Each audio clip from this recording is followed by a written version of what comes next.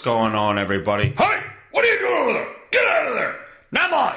Hey, it's Mother's Day, everyone. Everyone, are you aware that it's Mother's Day? It's the day of your mother. Have you called your mother today? Because you should have, because she's your mother. It is Mother's Day, and this is episode 44 on the I'm Just Saying podcast. And hope everybody's having a great, wonderful, neaterful, if you've watched the Tom Hanks movie, The Wonder. The Wonder? Or The Wonders, which is actually a good movie. I recommend watching that movie, The Wonders. It's actually pretty good. The guy in the drummer starts playing the beat faster, and it's like, oh my God, the crowd loves it. Anyway, happy Mother's Day to all the mothers out there. I hope you enjoy your day. I will be enjoying my day with my mother and my uncles, plural. My fiance, who is... I'm sure she considers herself a cat mom, so happy Mother's Day to her.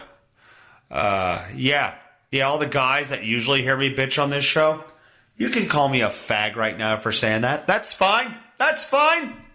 I'll take it.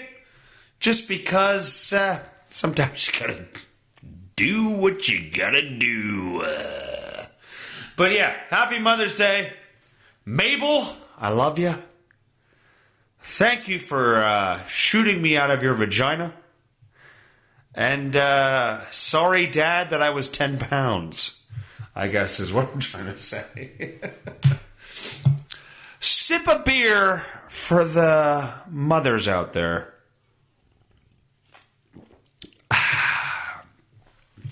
Mama likes Pabst. I think my mama likes Pabst. Is anybody ever ready for kids?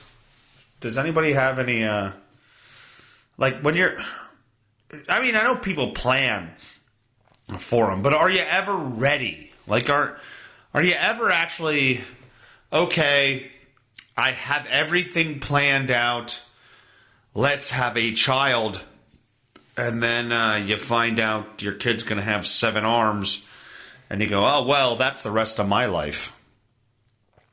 What do you do? Let's make this morbid on Mother's Day. On a rainy Mother's Day morning.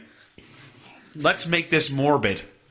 Do people, I know people plan for kids, but how much can you plan for kids? Because until you've had them, I'm sure you have no fucking clue. Like, you can load up your cabinets with Pampers, you can have formula or tit pumps, as they so call them in the scientific field, tit pumps, to suck that tit milk out of your tits. It just goes and sucks the milk out of your tits. And by the way, all young men and young women, just know that you have sucked on your mother's tits. Just think about that. I want you to think about that deeply. You have sucked on your mother's tits. It's a wonder why so many men have mommy fetishes. But, all right, this is the last time I'm going to say it. This is the last time.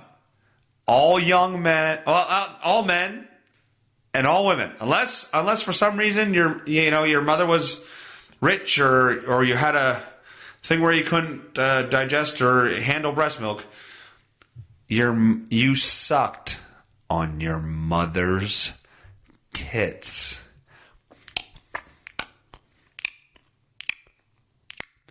You sucked on your mother's... Okay, I'm done. I'm over it. I'm not going here anymore. We're done. We moved on. On to the next thing. Hey, every kid out there, you are your father's cum. You are your father's cum.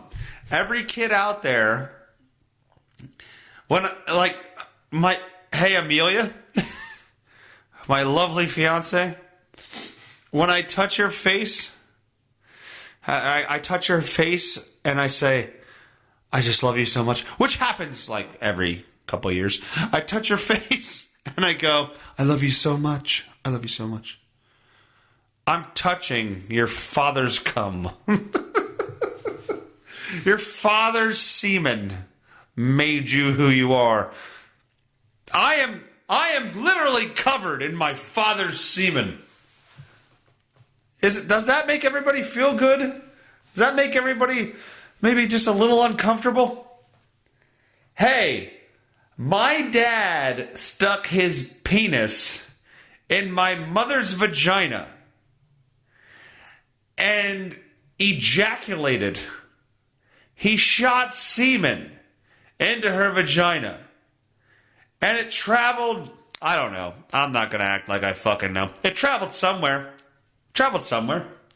There's a uterus in there. There's a cervix in there. There's fallopian tubes in there.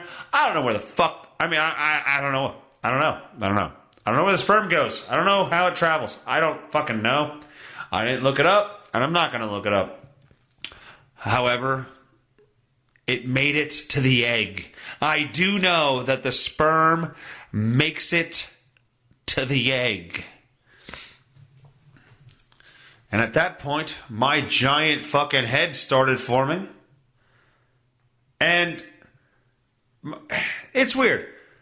Guys out there, myself included, want nothing more than to ejaculate into a vagina. I will tell you this, because I feel this. I'm very philosophical today.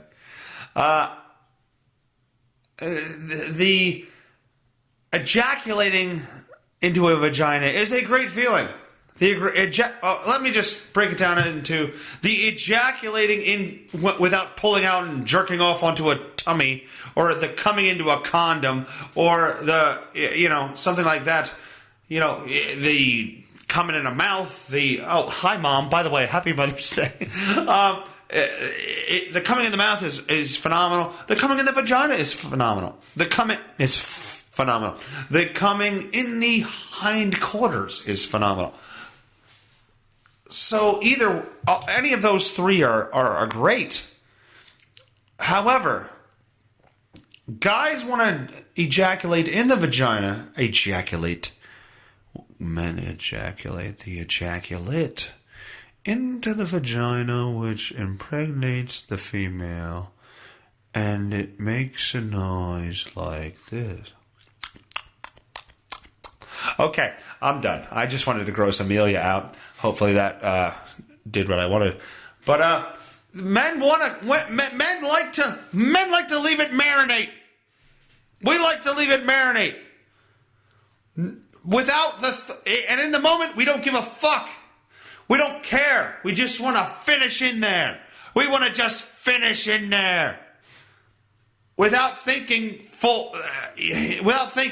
but yet subconsciously knowing full well that what I'm doing now will ruin the vagina forever. Why? Because a 10-pound head's coming out of there. And you can stitch it up as much as you want. That doesn't matter. That's just outside skin. The muscles are what need to be toned back up, because those muscles stretch around a 10-pound head. I wonder how this is sounding right now. Does this sound progressive? Me too. Hashtag me too. My pussy stretched too. Literally, I could stick my fucking Ford Bronco in there. Ford Bronco. Why'd I say that? OJ. Hopefully it wasn't a white girl. She could end up headless.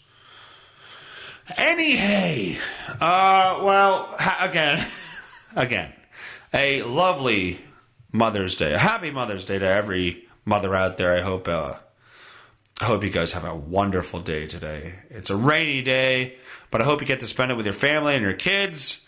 And I hope everybody has a good time. Let's move on to dyke lesbians. It's woman related, right? It fits, I think. Here, I've been seeing, I'm friends. I don't know. How do I start this? I'm stammering. I have a friend on Facebook and Instagram who I consider a friend. I don't know her very well. More friends with her father. But she is a lesbian. In this day and age, I don't know why I have to say there's no problem. I have no problem with that. I don't care. Okay, you're a lesbian. But why do lesbians have the male and female role in the relationship? I don't understand that. Like this young lady is the female in the relationship, from what I can tell. I could be wrong. And her partner is the male in the relationship, and it is very obvious that they're the male in the relationship. Why does it the male in a oh Jesus, how do I even say it? How do you say it? What's the terms? This is very difficult. The female, they're both female. The male in the lesbian relationship, why do they always have to wear fucking like Bahama, button-up shirts that have like palm trees on them and shit like that, and khaki shorts with loafers and no socks? Why do they have to be the stereotypical shitty guy look? Probably the same reason that like tranny guys, when they first start out, wear the stupidest like 70s women's garb. This is what I see a woman as. That's because you're not a woman. And that's because you're not a man.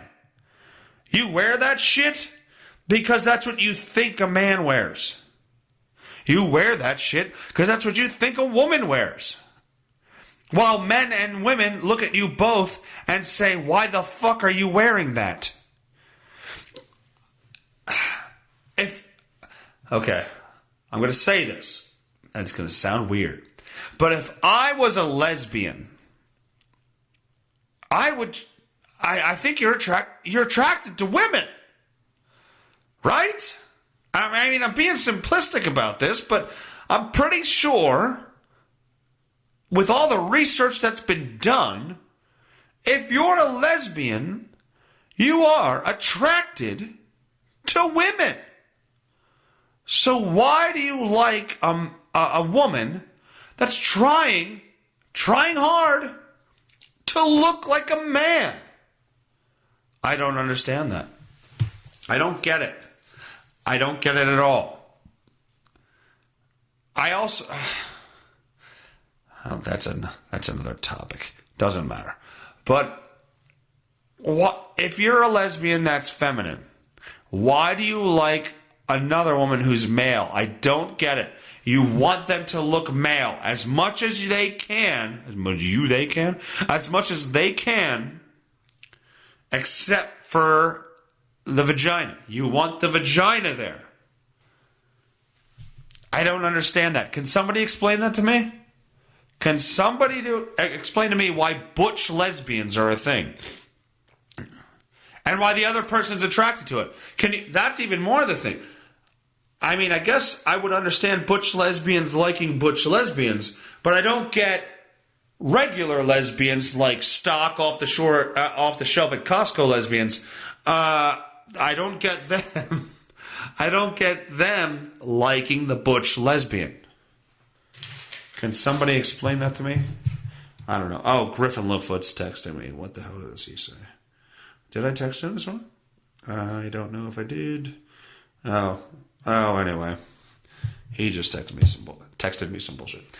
But anyway, that's my question. So any of you lesbians out there that like the butch look, please let me know why that is. Or, call into the show. Like, contact me on Instagram or Twitter or Facebook, and I will gladly have this conversation on the podcast. That would be interesting, right?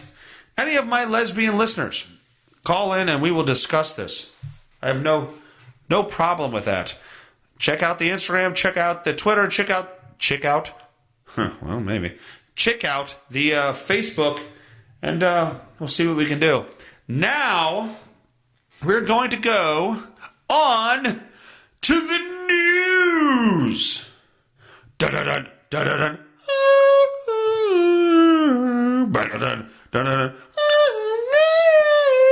Dun-dun-dun, dun-dun-dun. We're typing. There's typing music. That means the news is coming up. Anyway, comment down. Elon Musk. Oh, if I can get my laptop over here. Grueling work schedule shocks fans. No choice or Tesla would die.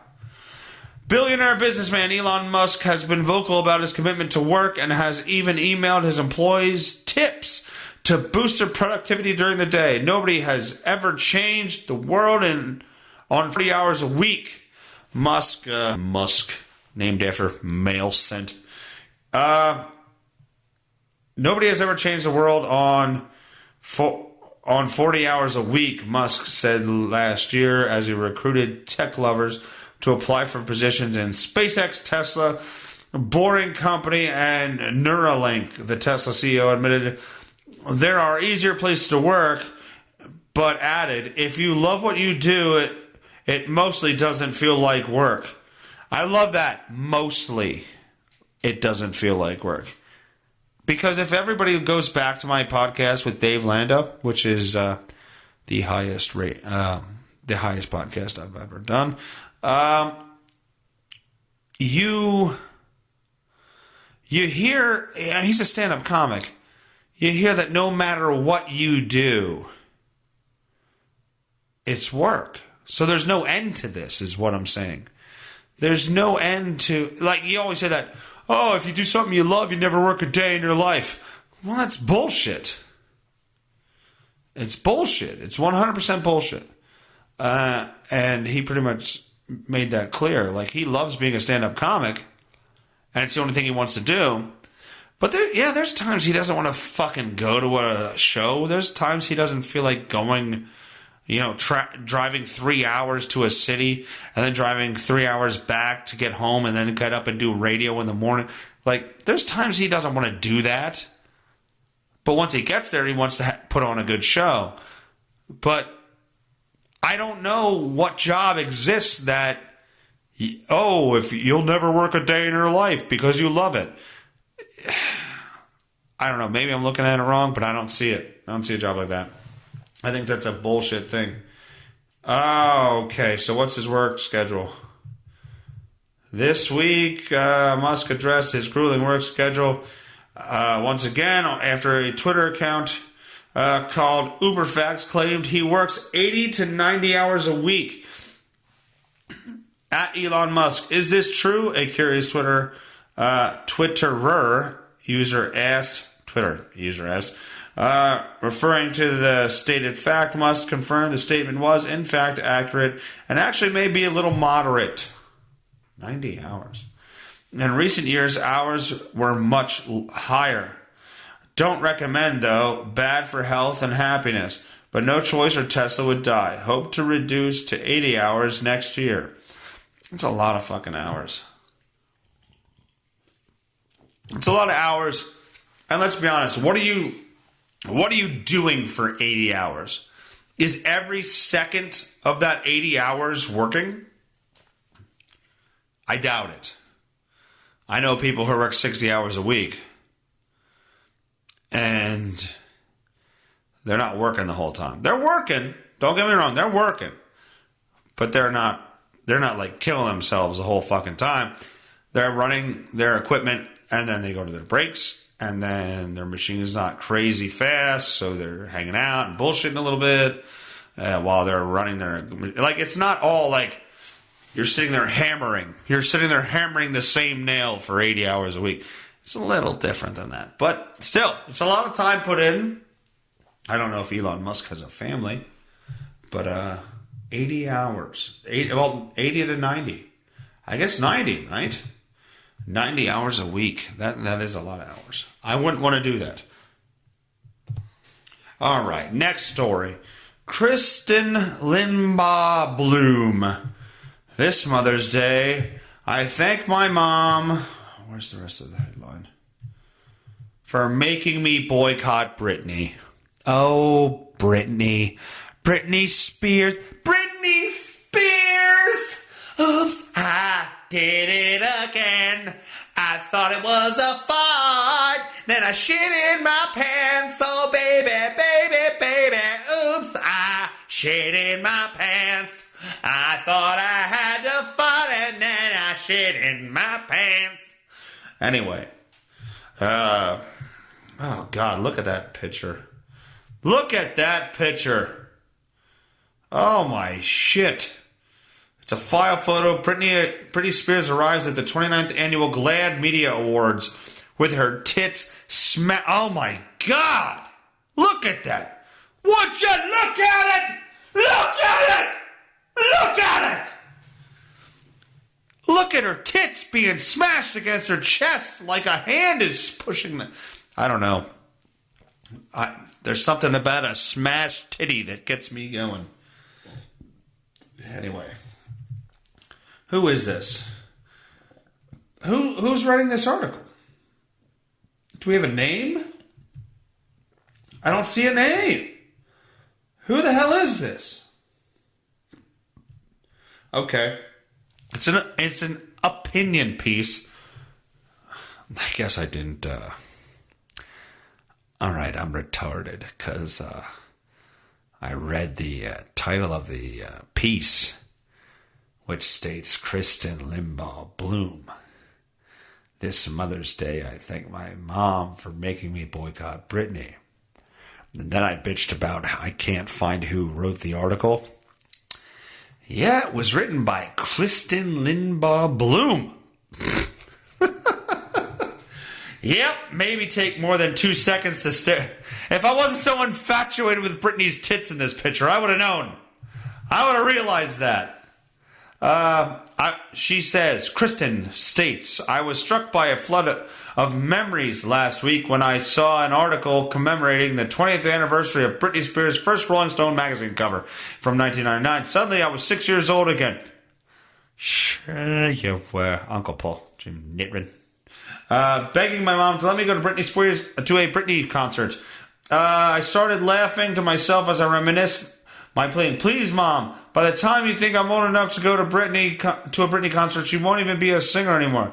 Little did I know then, Britney would still be performing well into my early adult years. Somehow my parents caved and agreed to take me along with my sister and her older cousin to see her live in concert. But by Britney's second dance number, my mom realized her initial gut decision was right. She dragged the three of us out of the concert, and from that point forward, my sister and I were forbidden from all things Britney. Mom and Dad both agreed that she wasn't the best role model for their young daughters who they were trying to raise in line with their strong Christian values. I, however, was devastated. This was the first true point of contention between my mom and me, and my dramatic flair definitely did not make things any easier on her. I couldn't understand why all my friends were allowed to listen to Britney and watch her music videos. I thought it was the end of the world when I was the only girl at school who hadn't bought her new album. It was all so unfair. I recall throwing more than a few temper tantrums in protest. Mom just didn't get it. My arguments were always answered with something along the lines of, one day when you're older, you'll understand why I'm saying no. And Britney was just the first of many no's to come.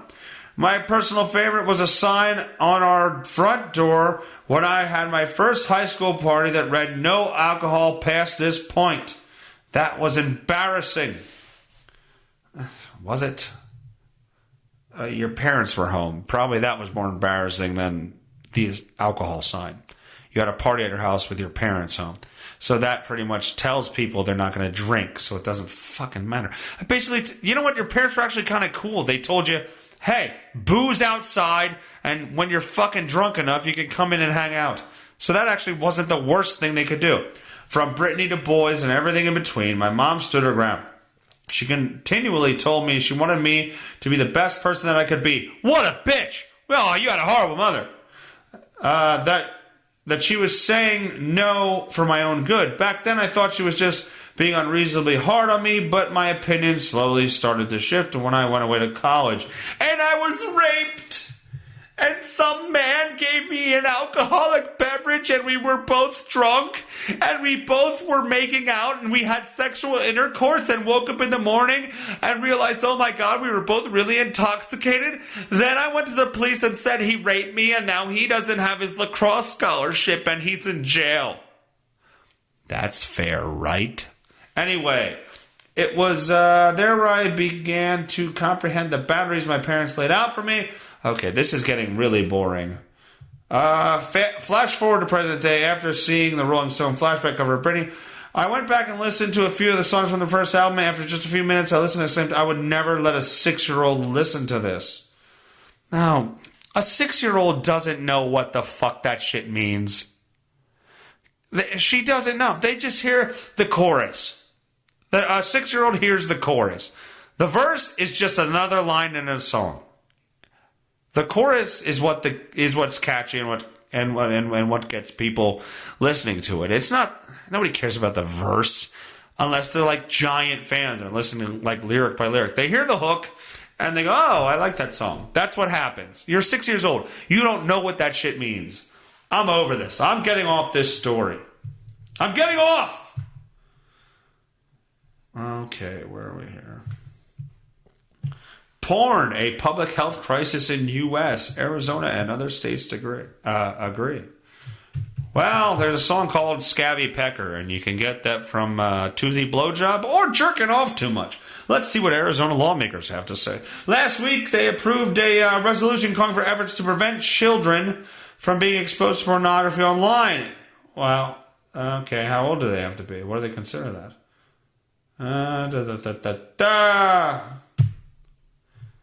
There's nothing here. Look, people, if you have a young male child, I'll tell you this right now. I was going to read another story about Todd Chrisley. He apparently got arrested. His family has a show on whatever that network is, Bravo probably.